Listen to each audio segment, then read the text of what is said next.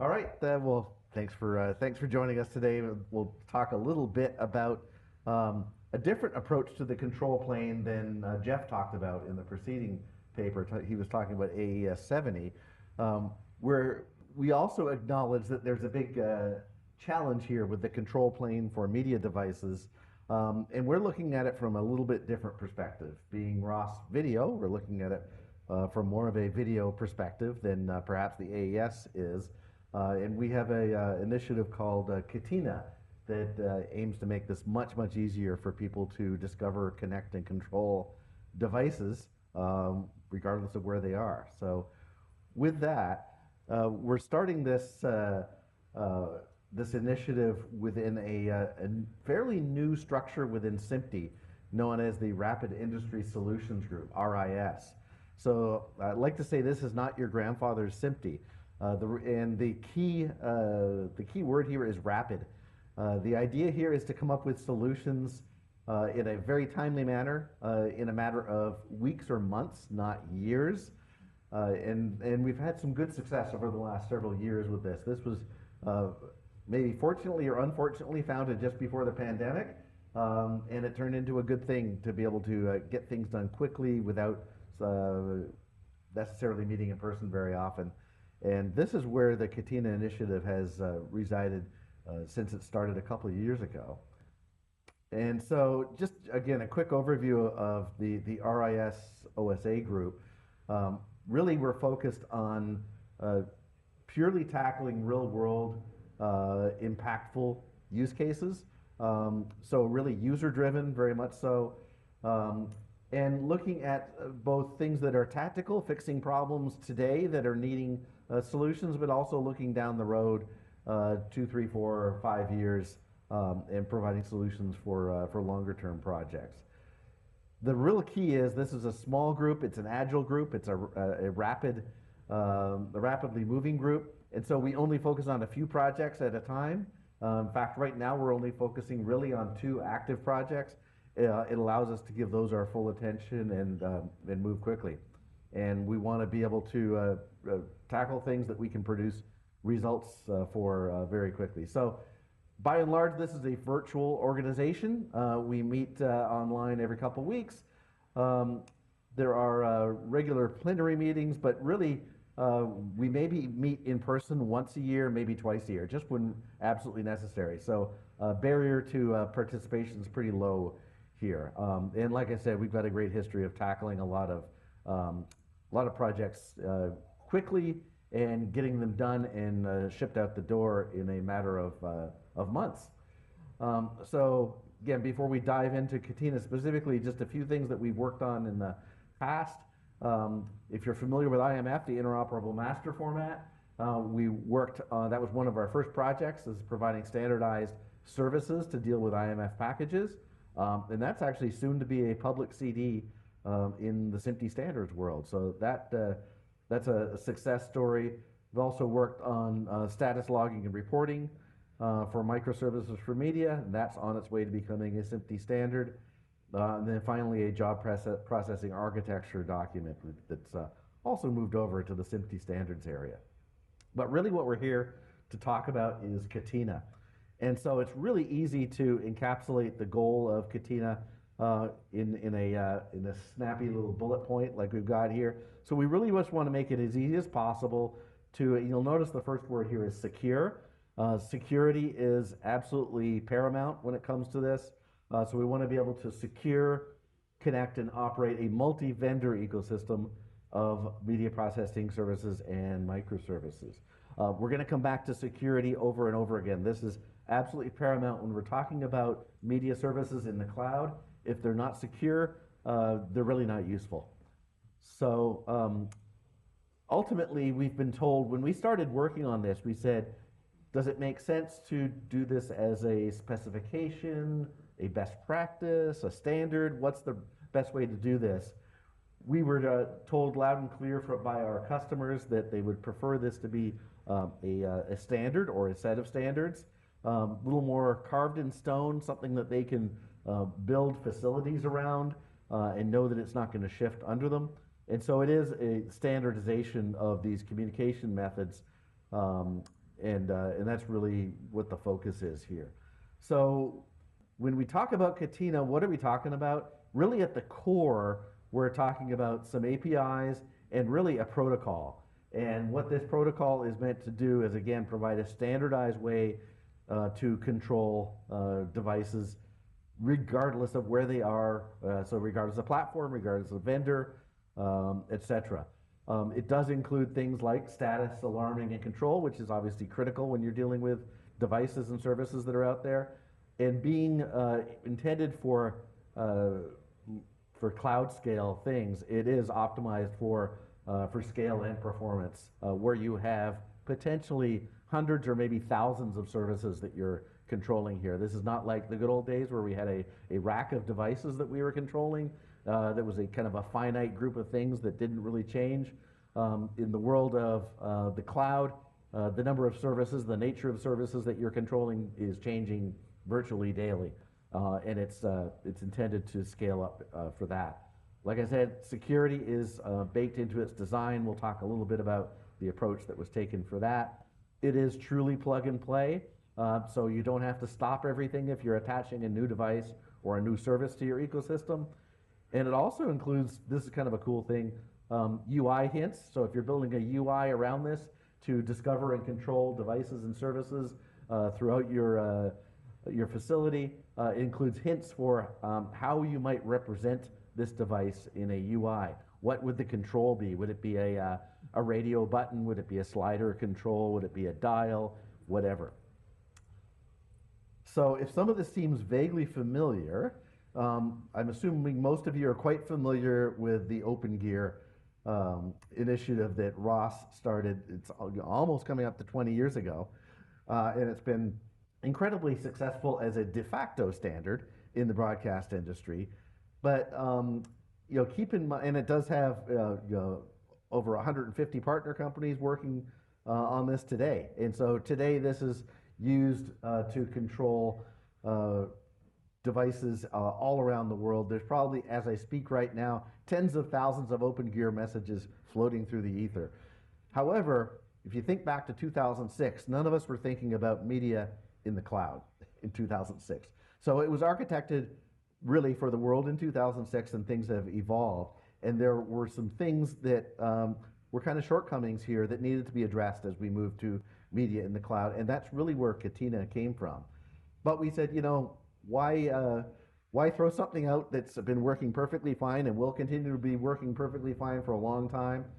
And so we have based Catena at its core, at the protocol level, around the protocol that underlies Open Gear, and that's called OGP, the Open Gear protocol. That's always been something, like I said, it's been a de facto standard. It was never taken to any standards development organizations, but it was has been controlled, and we like to say benevolently controlled by Ross over the years, and that's been fine, except as we, again, go to more and more cloud-based services and the scale that we're talking about there, that is not our primary business at Ross Video, and we can see how that would grow significantly, and that's not anything we really have interest in controlling going forward. So as a result, we've decided to gift this to the industry, give this away as a standard through SMPTE, and Ross Video will not be in the middle of this anymore. We're helping to develop it, but we hope in a couple of years, as people are talking about Catena, they're not going to refer to it as Ross's Catena. They're going to refer to it as SMPTE's Catena, because that's really what it is. We're handing it off. So just a few features. Most of these you would expect to see in a modern control protocol, but it is multi-language, completely asynchronous. So it's not going to wait for responses before issuing following commands. One thing that's really cool, and Jeff talked about the fact that AES70 had a JSON representation and also a binary representation. We've taken a little bit different approach to this, and we've said this can be human readable at rest, which makes sense, right? If you want to read a Catena message at rest, you don't want to look at binary. But for efficiency across the wire, binary is impossible to beat. So we've got the best of both worlds, and I'll explain in a few slides how we get to that. But we think this is the ideal scenario where humans can actually read the messages, but they can be transported in binary over the wire. Um, let's see. That's kind of about it here. It is open source as well, and I'll point you at the end of the presentation where to find this on GitHub. But it is open source as well as an open standard. It's almost as important, though, to say what it is not. And so it is not a complete control system. It is not an orchestration system. It's definitely not a ROS-owned initiative. And it's not a UI in and of itself. It enables you to build UIs, but it is not any of those things. Just think about it really as a protocol and a set of SDKs that allow you to implement that protocol. And that's really what it is. It doesn't really go beyond that, because we know people have their own orchestration systems, their own control systems they like to use. So we've been lucky to get a lot of support for this. Been socializing it for quite a while, and we've gotten a lot of support from a lot of different places. One that has been looking in standardizing and control plane is the RIST forum. If you're familiar with RIST, one of the gaps that they see is the ability to control devices that deal with streams coming in and out from a variety of places. And so they've been looking at Catena as potentially their answer for control. These are just some of the companies who have gotten on board already with Catena, so a lot of heavy hitters there. So this is reassuring to us that this is a problem that is acknowledged as needing to be solved, and a lot of the big players recognize that this is a good solution. So I kind of love this slide. This is, at the core of Catena is a device. It's where some other control approaches are more stream-oriented. This is device-oriented. This pure and simple device-oriented. So it's quite different from things like AES24 or IS12 from AMLA. This is totally device-oriented. And when I talk about a device, it's not necessarily a physical device. It could be a variety of things. But if we're talking about the types of things that it can control, here's several examples here. The example on the far right, though, is maybe the most interesting. It's not necessarily just devices and services that touch audio and video themselves. It also can be used to control robotics. In fact, that's one of the first products that we're Catenaizing. I'm just coining a new word here. Within ROS Video is control of our robotics devices using Catena. So again, it could control the lighting grid in your studio. It could control robots. It could control the coffee maker on set. It could control anything. So it doesn't have to be media-oriented devices. It's, of course, intended primarily for those, but it's generic enough that it can control any type of device. And when I say it's generic, I mean, here's the really high-level look at the data model. And you might say, well, where's the rest of it? This kind of is the data model. This is as simple as it is. So if I'm connecting using Catena, like I said, at its heart, I have devices. So under each device, I can have an infinite set of parameters that can be used to control that device. And then, of course, commands to actually be issued to do things with that device. And then, again, another infinite set of menus that can be used. And this speaks to the customizable UI hints that are available within Catena. So I kind of talked about this earlier, but it's intended to scale all the way from really simple microservices that do maybe just one thing to incredibly complex services or physical devices that can do tens of thousands of things. So it's kind of a tall order to do that, but we think we've accomplished that with this protocol. And yeah, designed from the very beginning to work in the cloud environments as well as on-prem. And really, the reality is the vast majority of environments we deal with today are not one or the other. They're hybrid environments. So you've got some devices on-prem, you've got some in the cloud, and really what Catena aims to make it easy to do is not really care where they are. Just say, okay, here's a device, here's a service that does something that is useful for me. I can discover it and I can control it regardless of where it is.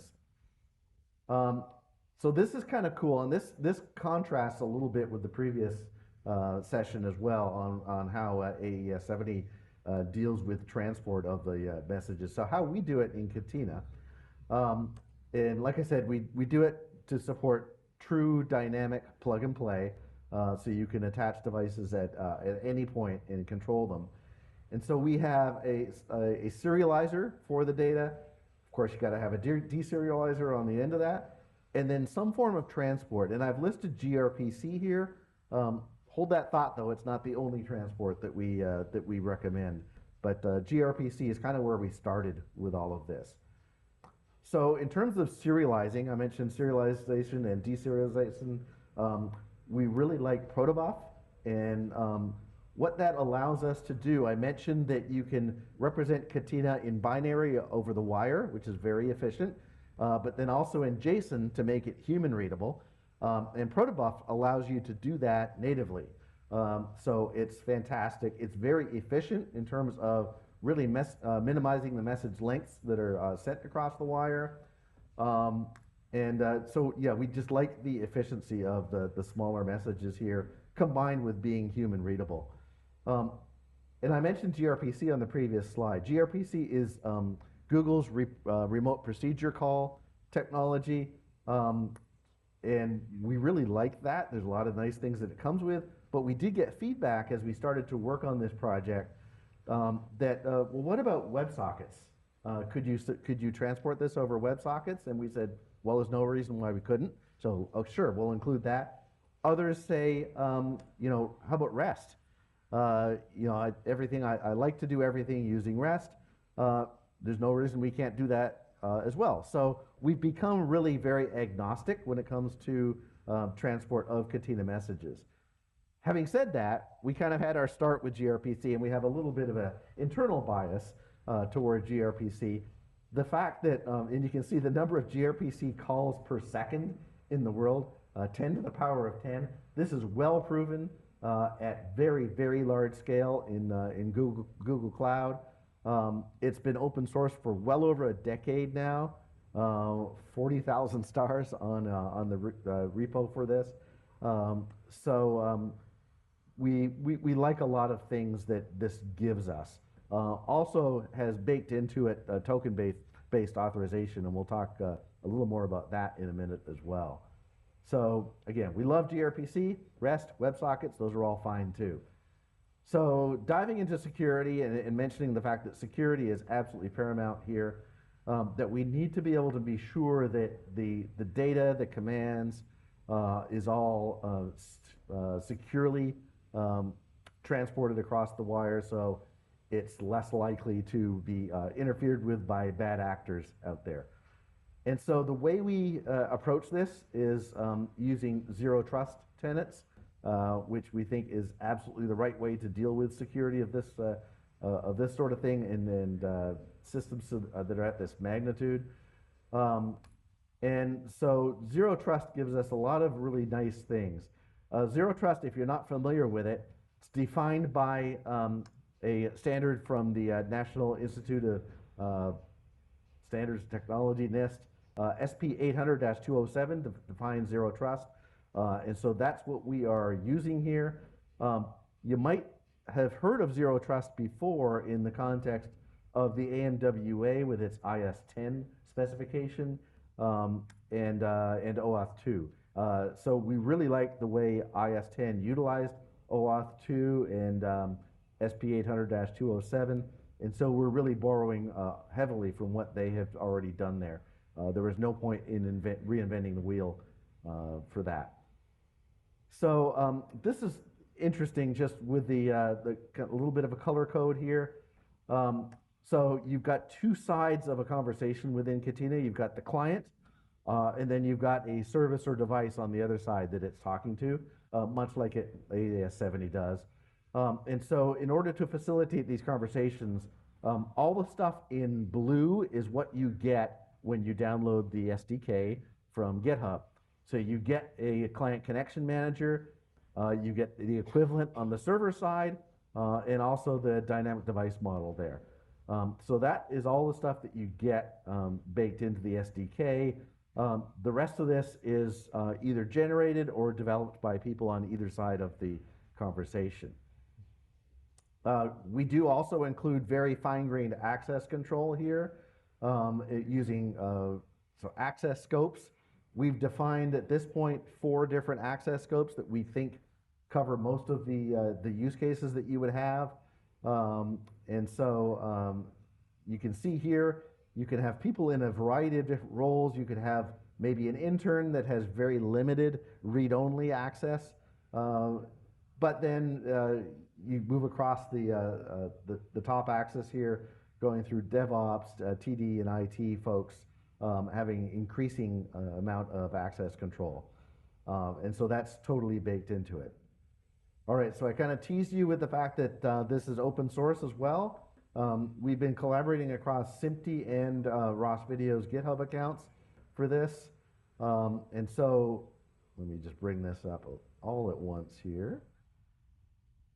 So there's the top stuff here where you've got the protobuf interface definitions, the JSON schemas, and some example device models. These are all currently in the Ross Video GitHub repo, and you'll see the address for that down at the bottom.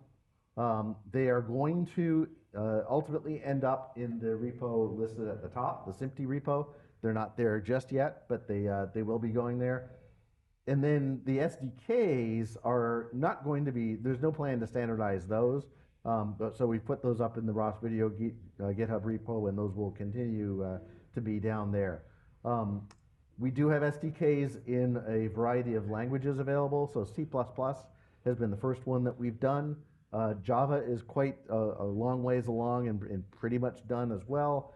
And we plan on adding more SDKs for things like Python and Go and perhaps others as we go forward. So I would encourage you to go out to GitHub. For now, go to the Ross Video GitHub. You'll see it moved over to the SMPTE one shortly, at least the proto definitions and the things along the top. But go play with it. If there are things that you think could be improved or you'd like to comment on them, GitHub's a great place to do that. Please add your comments. We'd love to have you part of the conversation and make this even better. I'll just close with the one great piece of feedback we have gotten is we actually had one company who had nothing to do with Catena and went and downloaded the SDK and said that within 2 hours they had it running and controlling devices. So that's reassuring that doing SDKs was the right approach here, and that we think it's relatively easy for somebody who knows nothing about this to download it and start using it. So again, strong encouragement to do that. If you have any questions, I'd like to follow up with me. There are my coordinates, and be happy to help you out with that. And if you want to get involved in an ongoing basis on the development of Catena, we'd love to see you in SMPTE's RIS OSA group, which meets every other week. All right.